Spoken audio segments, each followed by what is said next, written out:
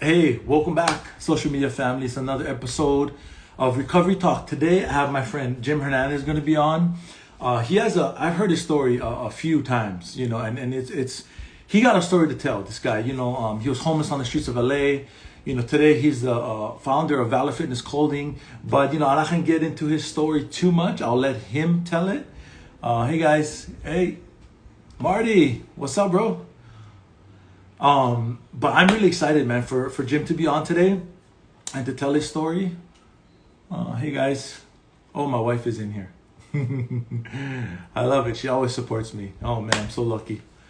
Hey Sale. Oh, there he is.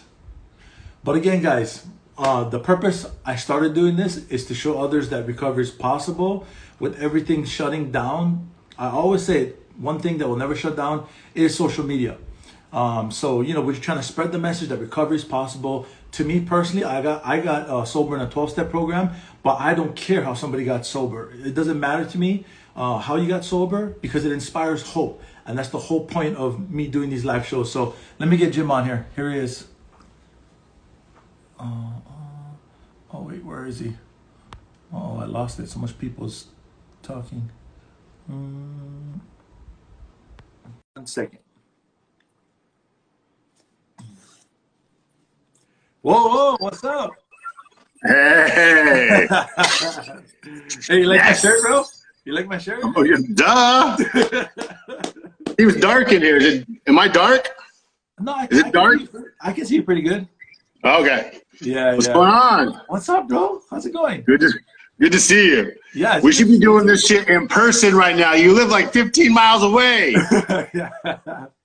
I know. Hey, we should do it actually, for real. Yeah. I almost snuck up on your ass. And I almost I know your address. I'm pretty sure because I shipped you something. So I was Yeah, like, you did. It was how would this him and his wife respond if I just went like knock on the door? I'm like, Yeah, no, it was this shirt right here that you sent me actually. yeah, Yeah. Marty, what's up, buddy? How you doing, man? Alika, so good to be here. I know. Hey, thank you for being here, man. I was just mentioning the purpose, the reason why I started doing this was to, show others that recovery is possible, because, with COVID and the pandemic, a lot of, resources that was to my disposal when I got sober is not necessarily there for the people still suffering and sick out there. So again, bro, I really appreciate you. I know a lot about you actually. I probably know more than you think I know. Because like Man. I've heard you share a few times on other platforms and everything, but I know today is gonna be a little bit different. We spoke earlier. But thank you again, bro, for being here. One thing I really love about you is that you're so open, honest, and vulnerable. Like that's for a man. You don't find too many men that's very vulnerable when they're honest about things they've gone through. Because I pretty much know your story, so I don't want to tell it for you.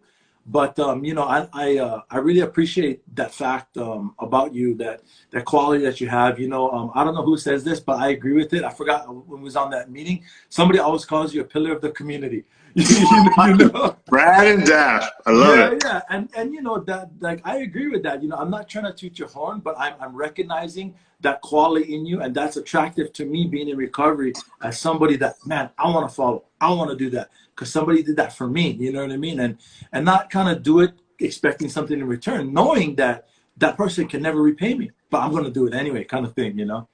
It's such a humbling experience. That's what recovery is about, humility, man. And Yeah. many of us in active addiction were the opposite of humble. We were just narcissistic and Yeah. fed by insecurities. I think my narcissism was fed by severe insecurities, Mhm. and so I try to offset it. But true recovery is just humility and being of service. I can't even talk enough about that. But I'll shut up. You still go. Yeah, no, it's all good. So good to see everybody in here. Oh my God! Like Dominique, Sadie, Marty, Saya, Yeah, Alex, I see Kevin. Yeah, what's up, bro? What's up, guys? Thank you guys for joining us, man. Evan. Okay, Jim. So before we get into your story, can I ask you a few questions before you jump into it? So I'm here, brother. Yeah. Okay. Why I'm here. Okay. So how long have you been sober? My sober date is February 19th, 2019. So a little over 22 months. Yeah, So my sobriety birthday is February 17th, actually. of Oh, really? 2017. Yeah. Yeah. Yeah. Yeah. And then, That's awesome, bro. well, where are you from? Just so some people may not know. Well, I live in Los Angeles. I live in downtown LA now, but I'm from Ventura, which is about probably like 60 miles north, right up the beach, right up the coast. And a lot of my story was in San Luis Obispo, a little college town between like LA and San Francisco and San Diego. So I've been all over, but I was born in Ventura, and I live in downtown LA now. Okay, cool. All right. And then the last question would be, what was your choice in like drink and or drug, if that was the case? Oh, man. Vodka. Vodka Yeah. soda. Just straight vodka soda, because it was the least calories and it just got the job done quick. Yeah. Yeah, I dabbled in drugs a little bit towards the end. I think I always had ecstasy here and there. Cocaine came into the picture at the very end of my active addiction. But man, it was alcohol, and it was Fireball and vodka. Yeah. Yeah, honestly, that was my drink too, was vodka. I just got to a certain point where I didn't feel much of a hangover compared to like dark liquors. So I just stuck with it, probably for like the last 10 years of active drinking. Yeah, I hear you. We try to make sense out of everything we did when we were in active addiction. Dark liquors, white liquors, gin, and we can't smell it, vodka, blah, blah, blah, blah. Yeah. But yeah. Okay, Man, bro. it's good to be here. But this time, Jim, I'm going to give you the floor to kind of tell us your story now. Yeah.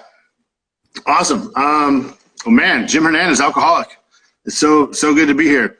I'm humbled by the people I see in this room. It says we're down to like 8 viewers live, but that's okay. You're going to post this. But, man, I'm 44 years old now. And, my story is I'm going to try to switch it up a little bit. I think last time I shared a lot about my childhood. I could share about my childhood because I like to paint the picture of how powerful mental health and how much of an influence our childhood has on us subconsciously and consciously. So I often talk a lot about my childhood to really get, the trauma that happened to me as a young person, whether it's physical, emotional, sexual trauma, because that's such a big part of so many of our stories. But I think I'm going to kind of just stay away from that today and just dive more into another aspect of my thing. But childhood trauma is a huge part of my story. I was raised by a single mom in Ventura, amazing woman. She had me very young. I'm not going to talk much about my childhood, but, lots of verbal, mental, sexual abuse happened to me at a very young age and for years. And I didn't realize it was wrong until, my early teens, maybe end of junior high, high school. And when I realized that the shit that happened to me, like, fuck, that's fucked up. That shouldn't happen. I was so embarrassed about it. And I was so like, I didn't know what to do. So I just tucked it away. So I'm not going to get into that. Wasn't a big drinker in high school. Played sports in high school and college. So, I didn't drink that much, but every time I drank, I blacked out. That's for damn sure, man. I couldn't drink fast enough. Like, get that alcohol in front of me, and I'm telling you, I could not drink it fast enough. Even that skill set, that stuck with me my entire life, man. Like, we take a shot. We know it's not going to hit us for 10, 15 minutes, but, man, I'm just following one shot by 2, by 3, by 4, by a triple vodka soda. Because all the shit that happened to me that I never dealt with young, when I drank, I had a purpose, and that was to get drunk and to black out and to really out of my head, So, high school and my college years, first of all, I want to talk about my mom a little bit more, just real quick. My dad was never involved in my life, really. When he was, it was always a huge negative thing. My mom, from a young age, she had me very young, and she had lots of boyfriends coming in and out of her life. And that stuck with me and had a big effect on me later in my relationships also. But my mom always beat chivalry into me. My mom, I think from a young age, she knew she wanted that man in her life, and she could never get it. She was just didn't graduate high school. She always had odd and end jobs, just trying to put the roof over her head. But my mom raised me really well. My mom raised me. She went out of her way for me. I always walked closest to the curb. I opened every door. She wanted, I think, to raise the man that she wanted to come into her life and sweep her off her feet and always be there for her. So in retrospect, I really look back on that and I love it because a lot of those qualities my mom instilled in me at a young age, I instill in my son now, and I make sure he knows why you're walking closest to the curb, why you're doing this, why you're doing that, you know, why you're opening the door for a lady, you know, compliment, et cetera, et cetera. But, so yeah, I just like to always, my mom listens to these things. My mom doesn't have social media. We're not the closest thing now, but whenever I do a podcast, somehow she finds it. And it's, you know, we didn't have a good relationship for a long time. And so she listens to these things, and I think it's important because I resented her for a long time, and I blamed her for a lot of my problems when that wasn't the case. You know, she did what she could, but you know, I've never been married, but I've been in 3 long-term relationships. You know, codependency is a big part of my story. My first relationship was 5 years. I've had 3 relationships of 5 years and never been married. I was engaged once, but they all lasted probably at least 4 years longer than they should have. But you know, I was super codependent, and I was just insecure. And so for me, having somebody around, you know, gave me a little bit of security. And I felt better about myself. Like, hey, if somebody wants to be around me for 5 years, I must not be too bad, right? Like, but you know, my early 20s after college, I think my drinking started when I stopped playing sports in college because I had a lot more free. And so my early 20s, I started just drinking every day. You know, I worked for UPS at a very young age, gotten to be a manager at UPS. So I had to be at work at like 4 o'clock in the morning, but that didn't stop me from going to the bars every fucking night too. Because I had FOMO, man. FOMO is a real thing. My first 5 relationship probably ended when I was like 21 because it was my high school sweetheart. And man, there was just a lot of, her and I did the breakup, get back together thing. I don't know how many times, probably a dozen times. And, you know, I hate admitting this, but it's my story and I have to own it. You know, I think all 3 of my relationships, I definitely took advantage of them. I definitely manipulated the ladies. I found weaknesses and I definitely exploited it because hurt people hurt people. You know what I mean? That you hear that, but hurt people hurt people. And I hurt, and I wanted people to hurt also.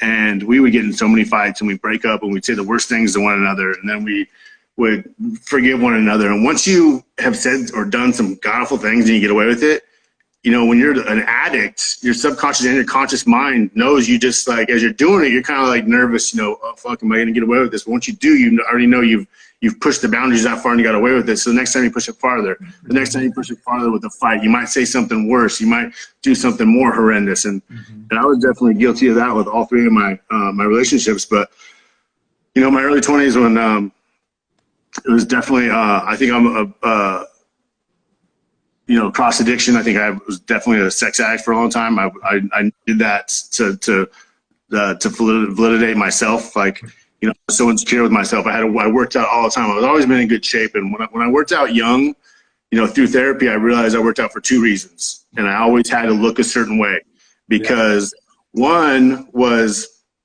if I looked a certain way, I would feel good about myself. And if I got myself to look a certain way, I'd love myself. Like, hey, I like that guy.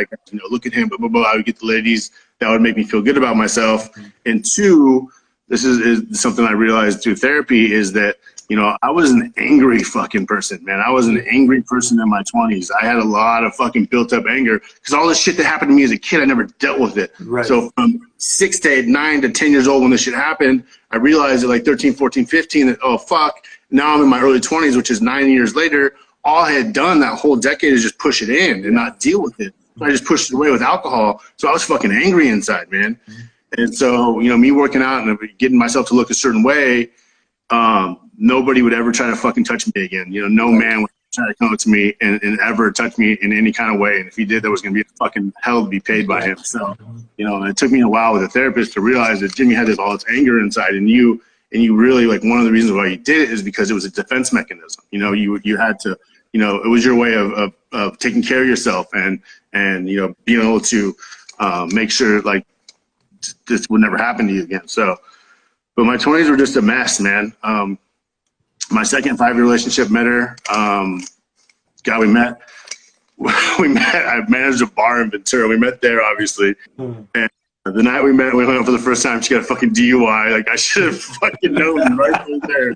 But no, that's perfect for Jim. You know, it's perfect. Chaos breeds chaos, and chaos attracts fucking chaos. So why wouldn't I date a girl for 5 years? The first night we met, she gets a DUI. Like, woo! How did I not put a ring on her finger? You know what I mean? But you know, she had a son when we met. She had a son who was 6, and I still love that kid. But we were together for 5 years. We broke up. We lived together probably 3 times. We'd break up, and man, we would get in the worst fights, like the worst fights. And everything, all of our problems was alcohol. We met around alcohol. You know, we had some of the best times ever around alcohol, the worst times around alcohol. Everything was alcohol. We ended up breaking up for good because of alcohol. And it was just, you know, hurt people. And I was able to manipulate her into things. You know, I was really bad with manipulation with my 3 girlfriends that I've had. And, man, some of the shit that I said, like, you know, I in recovery, you have to, you know, in active addiction, I think I self-loathed a lot. Like, I would just, sometimes I would wake up and I would just be like, I can't believe you fucking, who the fuck are you to say something like that to somebody? Or who the fuck are you to do that? Or who are you? Who do you think you are? Like, how do you treat people like that? Like, we're good people. Us as addicts, we're good people inside. We're just hurt. And we don't know how to deal with it sometimes. In our active addiction, you don't know what to do and you're just so hurt. Like, you just drink to get out of your mindset, and because you're a good person and you just don't know how to deal with it. No tools. Yeah, and man, I would be big on self-loathing. I would hate myself, like, man, and then to get out of your head, what do? You drink, because when you're drunk, you're happy. Yeah. So, you know, it's just like you don't have any tools, no coping mechanisms. Alcohol was my coping mechanism, you know. So, you know, in my late 20s, early 30s, I think is when I knew I had a problem in my early 20s, but in my late 20s, I knew I had a problem. So I was drinking at work now. I was drinking in 20 every day. When I started drinking at work consistently is when I really knew, you know, they say you stop maturing emotionally when you're full addiction gets in. And so my full addiction, I think, kicked in my early 20s. So I still believe that, man. So you do the math, you know, I got sober at 4 years, so early 20s, 22, let's say, 4 years, I'm 26 emotionally still. I act like a fucking child. I do, you know? I love your enthusiasm, though, bro. You know, I love that I can laugh at some of this stuff, because at first when I got sober and I would talk about this, I couldn't laugh. It just hurt. Every time you share, you heal. You know, every time you share your stories a little bit, you heal, because, you know, I've said that recovery is a lot like working out. Like when you recover, you gotta open up, you gotta dig in. It's like pulling that scab back, man. And it hurts, but as it heals, it gets stronger, and that's how you really grow. And when you work out, you tear a muscle, and as that muscle heals, it gets stronger and it grows more. And that's like recovery. You know, every time you share, you heal a little bit more. You know, you might talk about something you didn't talk about before, and you get in there, but you heal from it. So, you know, sharing your story is a powerful thing, not only for the others that might hear something and really be able to relate to you, but it's powerful for yourself. Like, and I get a lot out of it. But so my second relationship of 5 years was just, oh man. And that's when I really realized for sure that I was an alcoholic. You know, I'm drinking every day. My third relationship, I moved to San Diego. I'm 30 years old now. And, you know, I met this girl, and after 2 months, it probably should have been over, but I knew, like, she was beautiful, but I knew that she had insecurity issues, and I just latched on to that, man. And I took advantage of the situation. You know, I was the kind of horrible person that just we lived together, we lived together actually almost the whole time, but I would just disappear, man. I would disappear, just drunkapade, and just disappear for a week, not even let her know. I would just leave. I'd get on a plane. I hate to say how much I hate if anybody's joining right now and they're listening right now for the first time. I hate how much, like, in my active addiction when I was just hurt, and, you know, I tried to validate myself by having multiple partners, like, and thinking I was a ladies' man.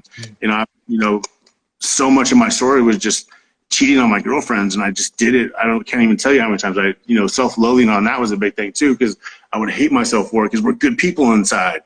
And I never wanted to hurt these people. I was just hurt so bad myself inside that, you know, it was a defense mechanism. It was all I knew. And subconsciously, you know, your childhood affects you so much. My relationships were doomed until I, you know, got therapy later, because all I saw as a little kid was my mom just had multiple boyfriends that just came in and came out. and out of her life. And my dad was just had this most fucking, man, I don't even want to get into that. But so it was like, I just had so much subconscious damage done, and I was so hurt. And, you know, my relationships were doomed until I got therapy and got sober and started loving myself for the first time. But, you know, I would try to make myself feel better with multiple partners. I just didn't give a fuck, honestly. Only thing I cared about was alcohol. You know, and that was it. You know, I moved to a little town called Temecula. We bought a house. That's when my 24/7 drinking came. You know, like we're just straight drinking from morning, noon, night. You know, I had a man cave outside, and it wasn't even drinking social. Like, it stopped being social fucking long time ago. It would be my man cave, and I would go through, you know, the big handle of vodka and an 18-pack a night, and I would black out every night in my fucking house. Like, that's when you gotta, like, that shit, like, Jimmy blacked out every night at my house. I cannot tell you, like, you might not even, like, if you didn't have to flip your mattress at least twice a week, like, you might not even be able to get anything from my story. But when I say flip your mattress, it's because you pissed yourself in fucking bed. Like, I was a bedwetter galore. I can't tell you. I was a side sleeper, and I can't tell you how many times my poor girlfriend would wake me up. She'd turn over and just be hitting me, and I'd wake up in my butt because I'm just nailing her with a stream. You know, I would get so blacked out drunk. It was so embarrassing. And, man, at home. Like, at home, not out and about trying to, like, having a good time for somebody's birthday party. You know, I was that kind of drinker. You know, if I didn't have alcohol in my hand, you know, I just wanted, I don't care if I was at work. I don't care if I was having a conversation with you, if I was doing this, if I was doing that. If I didn't have liquor, all I was thinking about was, when am I going to get it? How am I going to have it? What do I need to do? You know, I was just obsessed with it. My mind just obsessed with alcohol, and that was it. Just obsessed with it. You know, and that started in my early 30s and followed me all the way through when I first got sober. But so, you know, I lived in a town called Temecula. I got a house. I lost the house. Finally left the girlfriend. God, you want to talk about like making amends? Like, whew, that was one. The light just changed. I think God just fucking was like, yeah, you still got some shit to do. I'm like, sorry. I'm working on it. Like, but man, I moved to Santa Monica. You know, I was that person. I moved like 3 times in my active addiction.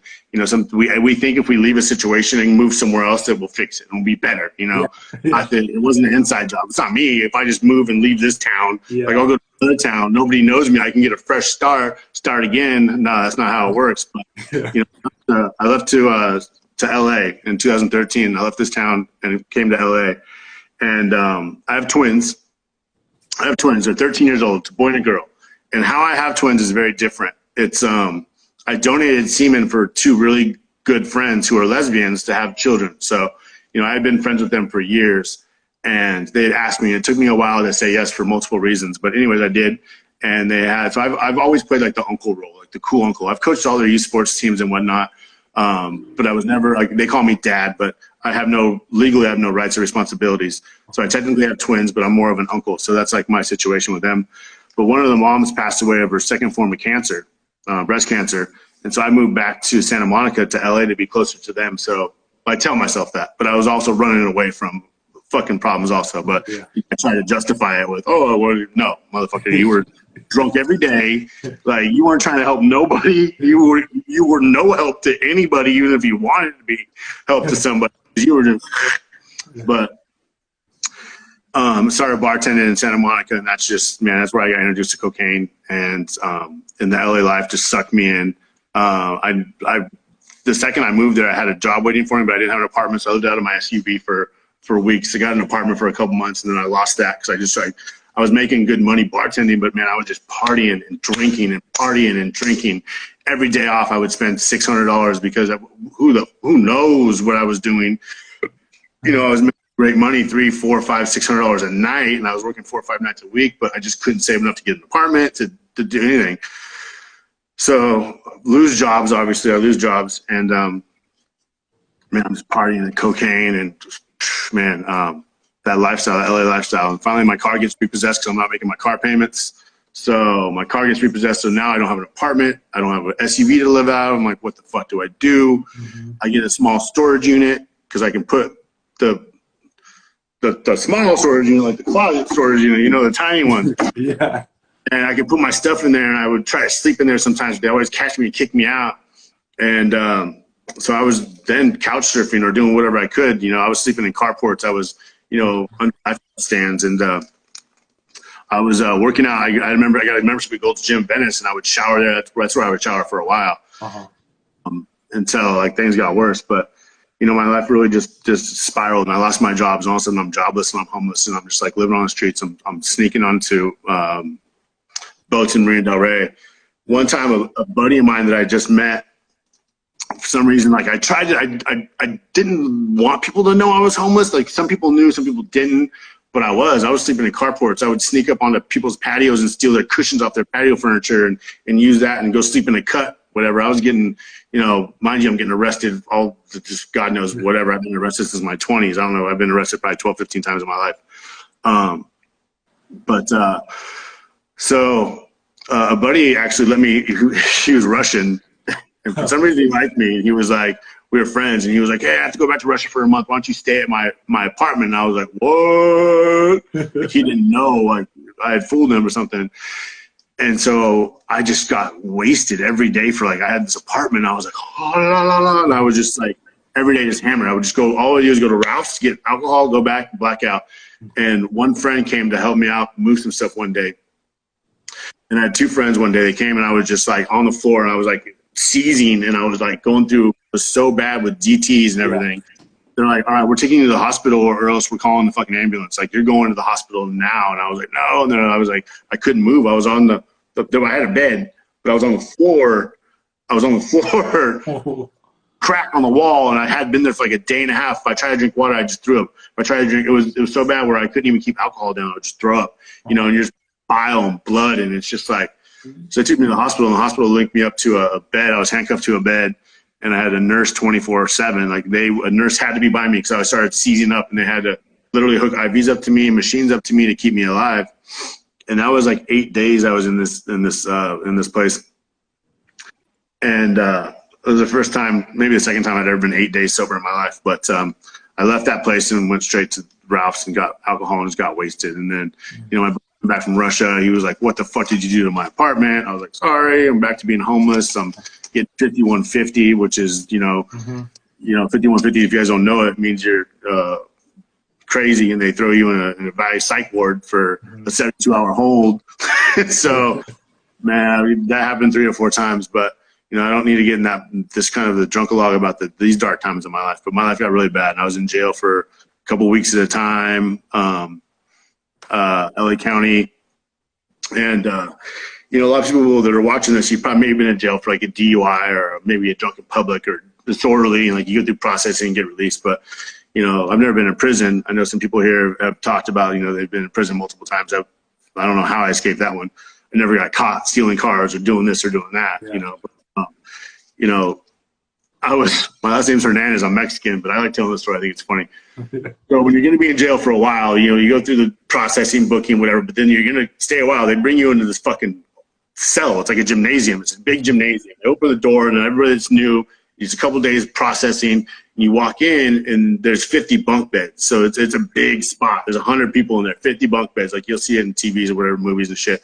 Yeah. And walking all the newbies, the leaders of every race is at the front. You know, you got the Mexicans over here, you got the blacks and the others over here, you got the leader of the whites right here, and you know, my last name's Hernandez, so the Mexicans grabbed me first, and they're like, hey, come with us. And I was like, oh, no tats. You know, I got no tats. I don't know how to have no tats. Don't speak Spanish. My last name's Hernandez. So they're like, what? So the Woods, that's what they call white, the woodpeckers, they grabbed me like, you're coming with us. So I was a Wood for, it cracks me up. Anyways, I stayed sober in jail. I don't know how I did that, but I always stayed sober in jail. The only time I ever got more than 2 days sober ever was in jail, in a psych ward, 72 hours, or that 8 days in the hospital. It's the only time I've ever put more than 2 days together sober in my life since my late 20s. Mm-hmm. So I'm just going to fast forward to what happened. I was on probation. I went to a probation officer. And they're like, Jim, what's going on? I was like, man, I need help. For the first time in my life, I was like, I need help. Like, I've lost control. Like, I don't know. And my probation officer was like, you're a fucking mess. Like, you stink. Like, what the fuck? and hooked me up with a place called Homeless Healthcare of LA, and hooked me up with a meeting with a guy. And I went into this meeting with this guy, and he was like, I got this place that we can try to get you into. It's a transitional rehab facility. It's in Venice Beach, on the beach. And I was like, Venice, that's where I used to run amok, but okay, let's go. And it's a transitional rehab facility. So it's all guys transitioning from prison back to being functioning members of society, or from being homeless back to getting, your wits back and getting some people skills back. And let's transition and get you healthy and try to get you back into being a productive member of society. So it was a 6-month program for me. And I walked in 2 weeks sober. A friend had let me stay on his couch for 2 weeks if I didn't fuck off. Mm-hmm. And I walked in 2 weeks sober to this spot and just humbled. And I was 39 years old. I was 39. Mm-hmm. And I walked in there and I was like, all right, if I'm giving, I don't know what it was. What switched in me? Don't know, don't care, don't give a fuck. Something switched. And I said, I'm going to do whatever I'm told. I'm going to shut up and I'm going to listen. So, mind you, I relapsed 100 times, but we're not talking about that right now.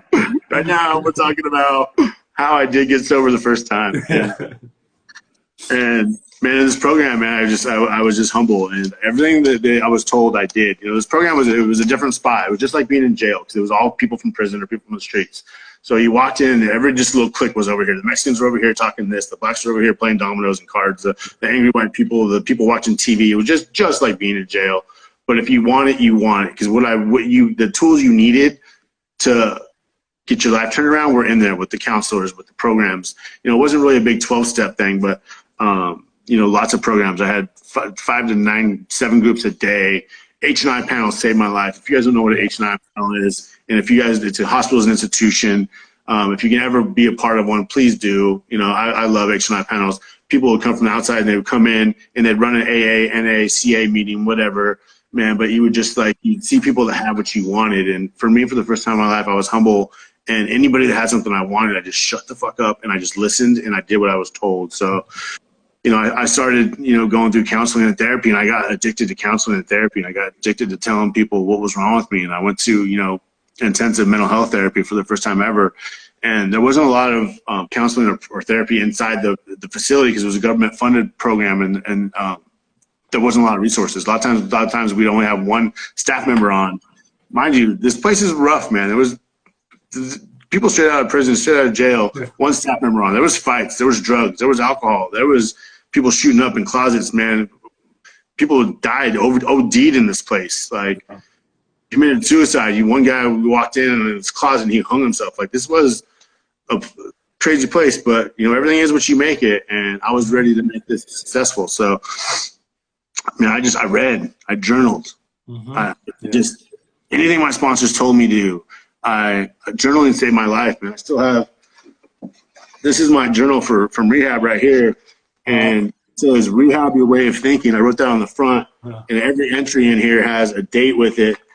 And man, I keep it. I journaled, I read, I found God again. I had lost God for a long time. I found my relationship with God, and I just surrendered. I worked out. I just was in that gym. There's a gym in the basement, a couple stories down, a little rackety ass gym, but whatever, it worked. And, mind, body, soul. And so I just surrendered, and I did everything I was told. And for the first time in my life, I started loving myself again. I started not having a problem looking at that man in the mirror. That man right there, I was okay. I was okay with the person that stared back at me for the first time in my life, only because I put in the work in therapy and counseling and rehab and was honest about shit. Yeah. I'd never ugly cried. And I cried to one of my therapists, man. I just ugly cried. And it was just whew, and, I would share to the guys. And you want to talk about vulnerability, man. You have to, being vulnerable is such a terrifying thing to so many people. But once you love but I don't think you can truly live unless you're able to truly be vulnerable, to put yourself out there and know that you're allowing somebody to possibly be able to take advantage of whatever information you're giving them, whatever love, and it might come back and hurt you. But you know what? It's going to suck for a while. It's going to hurt. But I put in the work to love myself, where I'm going to be able to brush myself off. Yeah. And I'm going to be able to get back good again. I'll be good. People do things bad to you, shame on you, shame on you. I didn't do anything. Like, those are your shortcomings, you know? So I was, for the first time in that facility, able to love myself again, you know? It was a living facility, and we had to stay in there. I couldn't even leave for the first 30 days. And then after a while, you're able to leave every other Sunday for like 4 hours. And then you're able to get a job so you can get some money so you can transition once you get out, so you can hopefully get an apartment, something like that. And when I got to that point, you know, I would go back to Gold's Gym and I would work out for 2 hours a day. And then I would go to a coffee shop. And I'm telling you, man, one of the biggest terrifying things in my life, getting sober, is being able to communicate with normies. It would terrify me, man. I'd go to this coffee shop and I would just see normies just sitting around on their laptops, their computers, their fucking lattes and shit. And I was terrified. My anxiety would come back. Anxiety was a huge part of my addiction that I didn't touch, but whatever. We all suffer from anxiety, so whatever. But, you know, like going to the vitamin shop to get supplements, going just to CVS, you know, I was just learning these skills. I was learning everything for the first time as a sober Jim, and trying to figure out who I was. You know, you got to figure out who you are. Like, who the fuck are you? Who I was. You know, everything you do is for a first time. Go to the grocery store, first time sober. You know, the sober firsts are terrifying. But I'm telling you, dealing with normal people who are just there, just living their normal life, and how it terrified me at first. But, you know, you do that and you get better at it. And so it's like, through that, man, I was like, my life just, you know, in that place got better. And I left and I went to sober living. My counselors told me, go to a sober living for 2 months, you know, slowly transition back into your normal life. So I did that, and then I got an apartment. I got to 11 months sober, and I was like that Nazi sober person, you know, everybody needs to be sober. Like, you shouldn't drink. You're going to hell. Like, blah, blah, blah, blah. And I had so many friends tell me, like, not friends, like friends that I had met, like coworkers and stuff. Because I worked in a bar, okay? Mind you, I worked in a bar, a restaurant right next to Staples Center. And people were like, dude, you need to relapse because you need to calm the fuck down. I'm like, fuck you.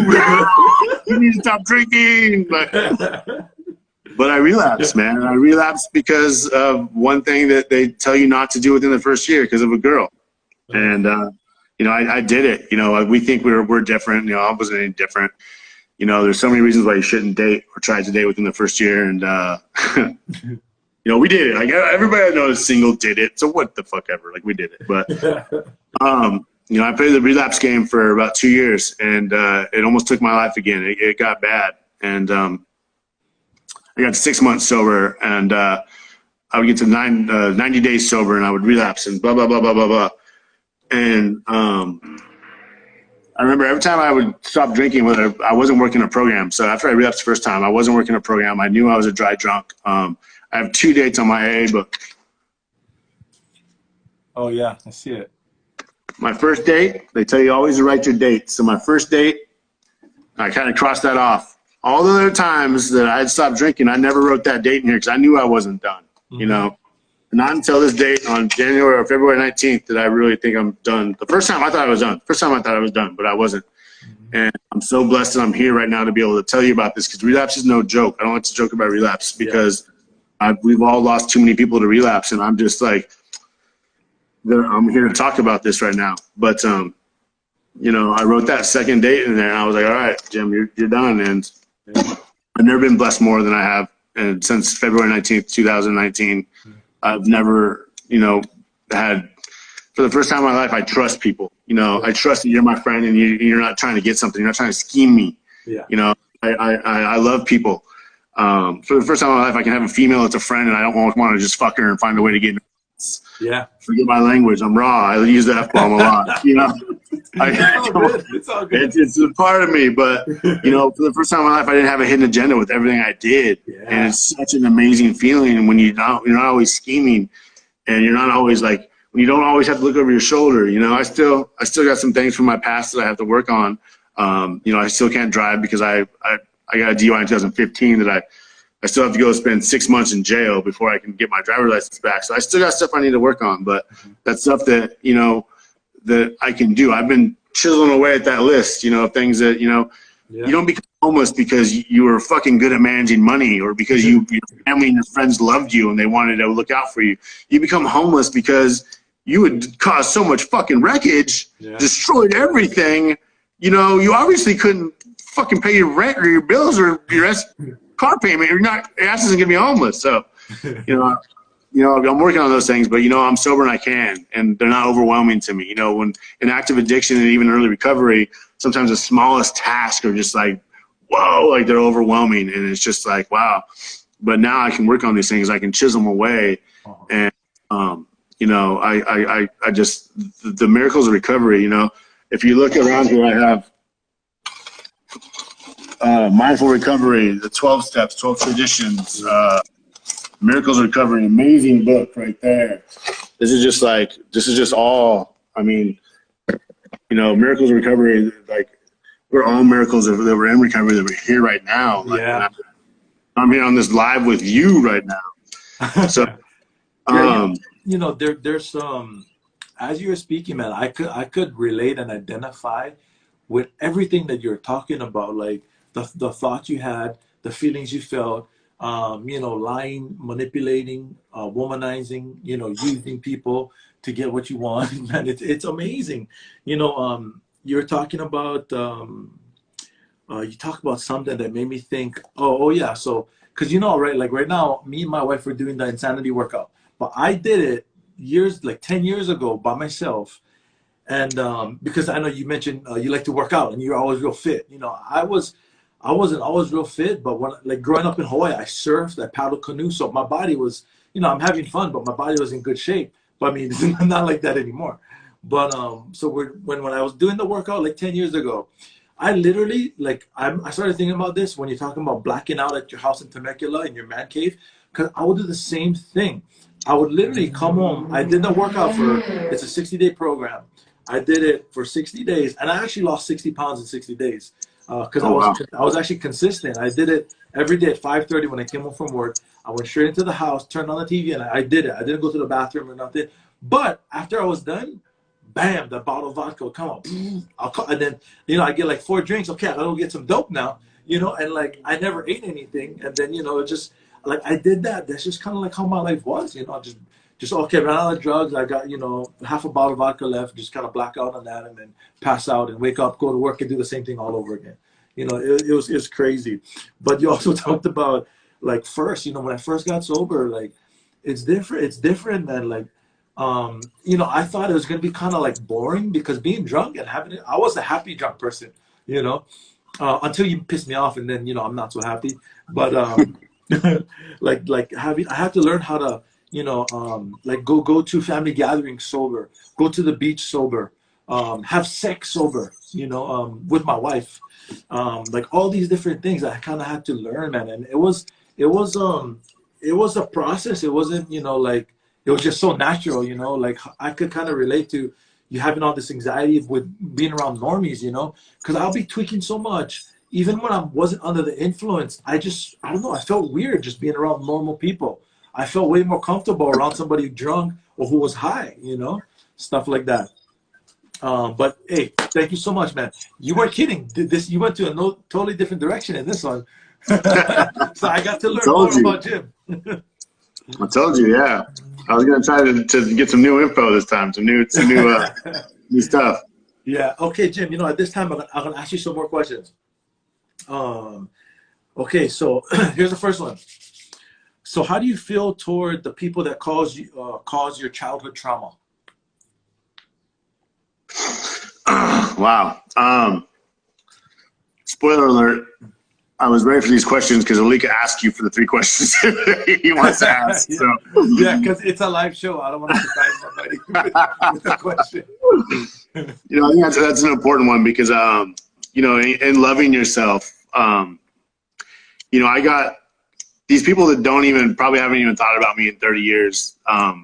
They affected my life in such a fucking way.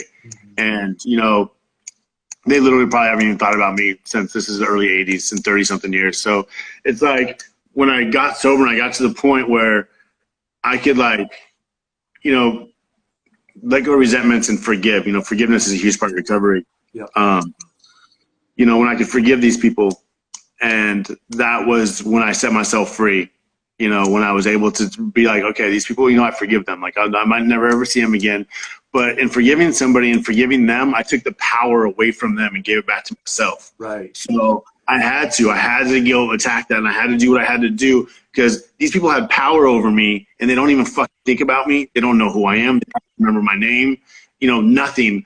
But they had such power and control over me because I allowed it. But me forgiving them, I take it back. I regain that power. I take that back from them. And, when people talk about tools and what to do in recovery and how to be successful, those are things that they use some of the time. We don't use that shit all the time. Like I say, I forgive these people. I say I can, see them in person face to face and probably not know and beat the fucking crap out of them. I don't know, we're human. If I would probably never even recognize these people. Or maybe I walk by them, but if they're still alive, I don't know how it would be if I saw them one-on-one, face-to-face. Like, I hope I never do, but, I forgive them now. Yeah. And I take my power back and I take my life back, because if I continue to allow these people to affect me, then they have power over me. And through sobriety, I've learned to love myself again, and I'm fucking taking that power away from them. So right. That's awesome. I see Haley, she wrote something there. Drinking poison, expecting the other person to die. That's so true, man. That's so true. But right on, bro. I'm happy for you. Okay. So the next question is, how did you pull yourself out of your last relapse? Man, my last relapse is rough, man. My last relapse before February 19th was a rough one. I lost my jobs again, the side jobs I had. I started Valor Fitness Clothing, my clothing line. I started it in 2018 paperwork. It didn't really start until I gave it the start date of April of 2019, because I got sober in February. But I lost the side jobs I had because I was just drinking every day. I couldn't get to work. And then I was getting evicted. I've got eviction notices on my apartment. I had a roommate at the time, and the roommate had paid me rent, and I used that for alcohol, and I just fucked it all up. And I had to get a job at Postmates, and I live in downtown LA. And one of the most humbling things, I had a little bit of sobriety at my time under my belt, and I lost it. And this is in February, December. I'm delivering Postmates on a bicycle in downtown LA as a 42-year-old man, and I'm just absolutely, utterly embarrassed and humiliated. It's December, it's January, it's raining, it's fucking cold at night, and I'm out trying to make rent so I don't want to get evicted again, because I knew how good I knew how good life could be. And so I was delivering Postmates at fucking midnight on a bicycle in the rain. And Valor Fitness Clothing, my clothing line, dedicated to inspiring people in recovery, it held me accountable, and it grabbed me out of it. Since I was like, Jimmy, started this thing and you're doing something. All my life I'd quit anything I started. I just quit it. When the going got tough, I just fucking quit. And I'm not alone. We all did. Yeah. And for once I was like, I'm not going to quit. Like there's fighting me.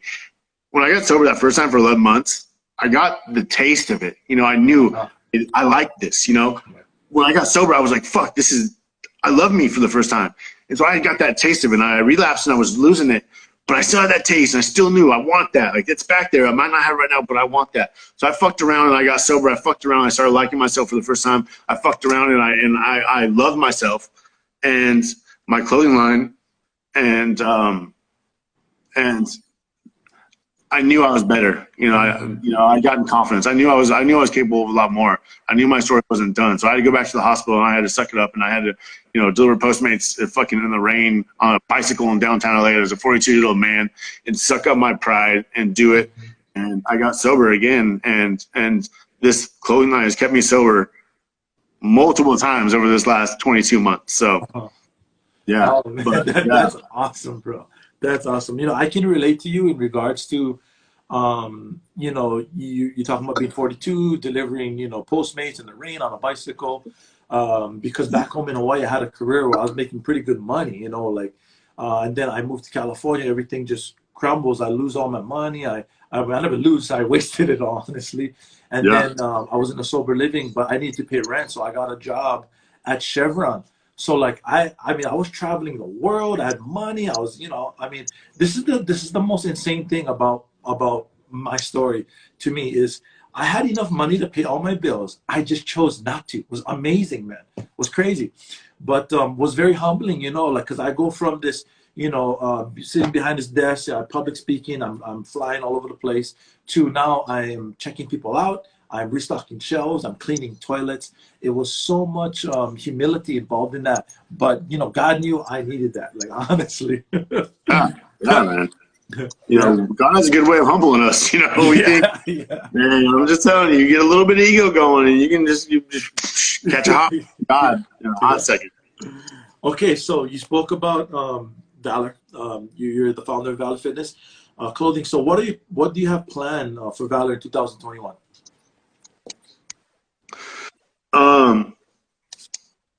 I wanted to do this in 2020 because I deal a lot with the homeless, and I work with the homeless, and I get back and deal with people in addiction recovery. And I don't hate it. That reward. So often we spend so much time reacting to situations, but we don't worry about how can we prevent it in the first place. What can we do to try to prevent preventive maintenance as opposed to reacting and having to help after the fact. So, I had a program set up in 2018, but 2020, but I wasn't able to do it because of COVID. Mm-hmm. But I want to work with youth, and I want to get with youth, and I want them to come to Skid Row with me, and I want to get a food truck, and we'll just go down there and we'll post up, and I'll have a food truck set up. And I'll get 6 to 8 early teens, like junior high years, and I have counselors set up to come join me. I have friends to come join me, and we'll serve the homeless people for a couple hours, and then we'll go and we'll talk, and I'll talk to them, and I'll be like, okay, just tell me about what you saw, like what did you see, like how did that affect you, what you saw, blah blah blah, and then we'll really just let them know, like unfortunately, like with me, something happens. Sometimes things happen to you when you're really young. And you trust adults, so things unfortunately can happen to you. And when you get to an age that you realize that probably shouldn't have happened and that was wrong, our natural reaction then is out of embarrassment or whatnot. It might be just to bottle it up, but we need to deal with that, because if you don't deal with these things, then this could be the result. What you're looking at right here is often going to be what happens if you don't deal with those negative things that happened to you as a child. When you years later realize it happened, but you don't know how to deal with it. You need to, because it can so powerfully, consciously and subconsciously affect you for the rest of your life. So I want to work with kids, and I want to take them out there, and I have it all set up, and just let them see that, and then go talk to them and just be like, all right, I want to, do it once a month, and each time I have 8 to 10 kids, and hopefully have it grow and just, prevent knowledge, make people aware. I love helping out. I love helping homeless people. And I love helping people in recovery.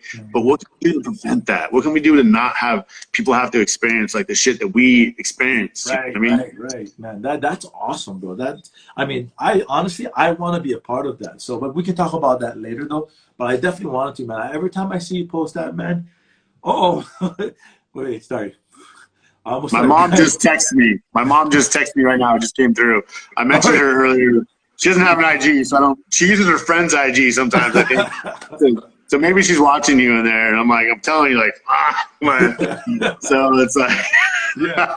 But no, like I see your post, man. I see like how you go around, you help the homeless people, you give back to the community. Like, man, that's very inspiring, man. I'm like, man, I want to go do this too. Like, it's so I wanted to ask you something. We never talked about this, but I just thought about it. You had that live with Prophet. Remember that? So have you talked to him since? Every day. Oh yeah. So what did he make a decision, or he kind of do his own thing, or? No, man. It's cunning, powerful, baffling, man. He's better in the streets. He doesn't want to. He always says, "Oh yeah, I'm going to," but he's not. It's just I'll catch him out there, and he's high on meth, and he's sweeping the sidewalk in his trash. Because that's what sometimes when I see homeless people often cleaning. Because when you're on meth, like clean, you catch up on them, like stuff like that. So he's just not ready, man. And it's crazy because I offered that guy a 60-day to 6-month program, no fee, to go get his shit together. That 60 days, those 6 months are going to go by regardless. Yeah. And he would rather stay on the streets. And like, it was pouring raining. Like, he lives in trash. It's just so sad, but no, he's not. But, it's our time. Sometimes we're just not ready. Just not ready. I wasn't ready for a long time. All I can be here is to be here and continually be here for him if he needs it. So. Okay. Yeah. Okay, cool. I'll keep him in prayer now that I know about that. Okay. So, this is one more. So if you could eat, if you could eat only one food for the rest of your life, what would it be and why? Donuts. Donuts. Apple fritter, cinnamon roll, donuts, and clean cause. I'm not getting paid for this, but these drinks, if you guys are sober and you want an amazing drink, these things are awesome. I love them. I'm not an affiliate for Clean. I literally, these are incredible drinks. 50% of the proceeds go back to recovery, supposedly. But man, donuts. I got a sweet tooth. You know, all of us, and you know, because the alcohol turned into sugar in our system, and now my body craves it, man. And it's like, you know, I'm just, you know, strengths and weaknesses. You know, I work out because I know I can't eat, and I do eat healthy. I'm not gonna lie, I eat healthy. But no KFC. No, you guys need church that goes to KFC. Not church's chicken. Need church. Like, God. Nah. But man, give me an apple fritter and cinnamon roll, man. Just take me down. Take me. Yeah, you know, I didn't understand all of that. You know, the alcohol turned into sugar when I first got sober. Because when I first got sober, I was eating so much candy, like all the time. I was just getting fat, honestly. But like, I didn't understand that, you know. And then I learned it. But one more question, Jim. So, what would you say to somebody right now that's still out there sick and suffering? Man, it's so tough because I have these conversations with people out there sick and suffering all the fucking time. Yeah. And, you know, one thing that I told Prophet is that, you know, well, first of all, we all know when your why has to get more important to you than your excuses. But you don't tell them that because they don't get it. But when your why outweighs your excuses, the miracle will happen. But what I tell them is, man, all those things you dreamed about, all those things that when you're fucking high and you're crying and when you dream about, you're worthy of that shit. And that shit's possible, man. Recovery is amazing. We are capable of amazing things. Like, we are above intelligence, average intelligence human beings. Like, we're capable of greatness. And, you know, when you start getting some days together, not only do you start believing in yourself, but then you see this community that believes in you also, and you just surround yourself with great people, man. Like, everything you dream about as a kid, or even on those sad fucking nights when you're crying yourself to sleep, when you're waking up in the gutter, when you're fucking doing this, you're doing that, all that shit, you deserve that. Yeah. Like, you deserve to be happy. Like, you know, when I was homeless, I didn't have IG, but I had Facebook, and I would be on Facebook, and I would never comment. I would never fucking comment. But I would see people that had what I wanted, that happy families, beautiful families, that vacationing, doing this. And I was like, fuck, man, I want that. But it was just so out of my realm. You know, I didn't think it was possible, but it is possible. And I deserve that shit. And so do they. Like, they deserve everything they've ever dreamt of. And they're capable of it. And so that's just like, that's what you deserve everything you've ever wanted and you've ever dreamed of. Like, you deserve that. And it's out there. Yeah. Man, you are one motivational human being, man. I must say that, you know, you just, I don't know what it is, but you are, man. Every time I listen to you, I get pumped up, man. Like, you know, but honestly, I know motivation will only last so long. And eventually, you know, it's very fickle. You know, taking that from what? It comes and goes. You know what I mean? You're taking that from what I say. You have listened to me. Yeah, you know, yeah. You said that too. You know, like that's. No, motivation's cute. I always say motivation's cute, and motivation's awesome. Motivation's good, but between motivation and discipline and grounded action, like, motivation comes and goes. Motivation, you know, you might feel pumped up right now, and in 2 minutes it's gone. Like, squirrel, you're thinking about something else now. You know, and then motivation's gone. But discipline and grounded action get shit done, and it's about creating new habits. That's so important. Creating new habits and discipline and grounded action. Motivation goes. Train yourself. Like, you got to retrain everything. Definitely. Hey, so there was, you want to talk, I know we're running out of time a little bit, but you want to talk about your definition of sober and relapse? Oh, man. No, you know, that wasn't something I wanted to talk about. That was just like, you know, it's a different story. Okay, no worries. I know we spoke about that earlier, but okay, bro. Well, that's gonna wrap it up, man. Thank you so much for being here. But you know what? I definitely wanna. I'll call you. You know, we can talk later about, you know, how I can. You know, you're out there being of service, and that's something I want to do. Oh, God, talking to you again. I'm telling you, man. 5 minutes. We're wrapping up here. Yeah, but you know, that's something that like, because I have a heart for helping people. I was like that, you know, like how you were saying, like we're good people inside, the addicts, the alcoholics. something that really like just gave me a lot of hope in the beginning was somebody said, look, Alex, alcoholics, we're not bad people trying to get good, we're sick people trying to get well. Like that one made sense to me. When I first heard that, I was like, oh my gosh, they're describing me, you know? So, you know, I always say, man, like, you remind me of one of my friends that I'm still friends with today. His name is Daniel.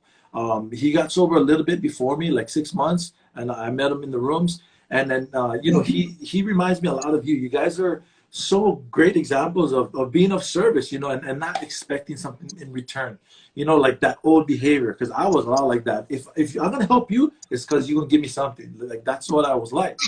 You know, it was crazy. But thank you again, bro, so much. Oh, there you go. All your chips, all your chips. Marty just said you want some chips. Marty, I got some for you, buddy. No. Alika, thank you so much for inviting me on here, man. I wish I could see what these people were typing. I wanted to focus on this conversation more than the comments too, but I was able to see some of the comments from you guys. So, Dominique, I saw a lot of your comments. Thank you so much. Marty, I saw your comments. Sophia, I saw your comments, man. I saw a lot of comments, and you guys can be anywhere right now on a Sunday, but you're here right now listening to this, and you know that's a humbling thing that you could be doing to listen to some people talk. So, you know, we have a great community out here, man. We're blessed to be part of this group with some really good guys. John, I've seen multiple comments from you. Thank you, John. Like, Alika, thank you. Yeah, okay, Jim. I'll speak to you soon. All right. Have a great day. Thank you. All right, brother.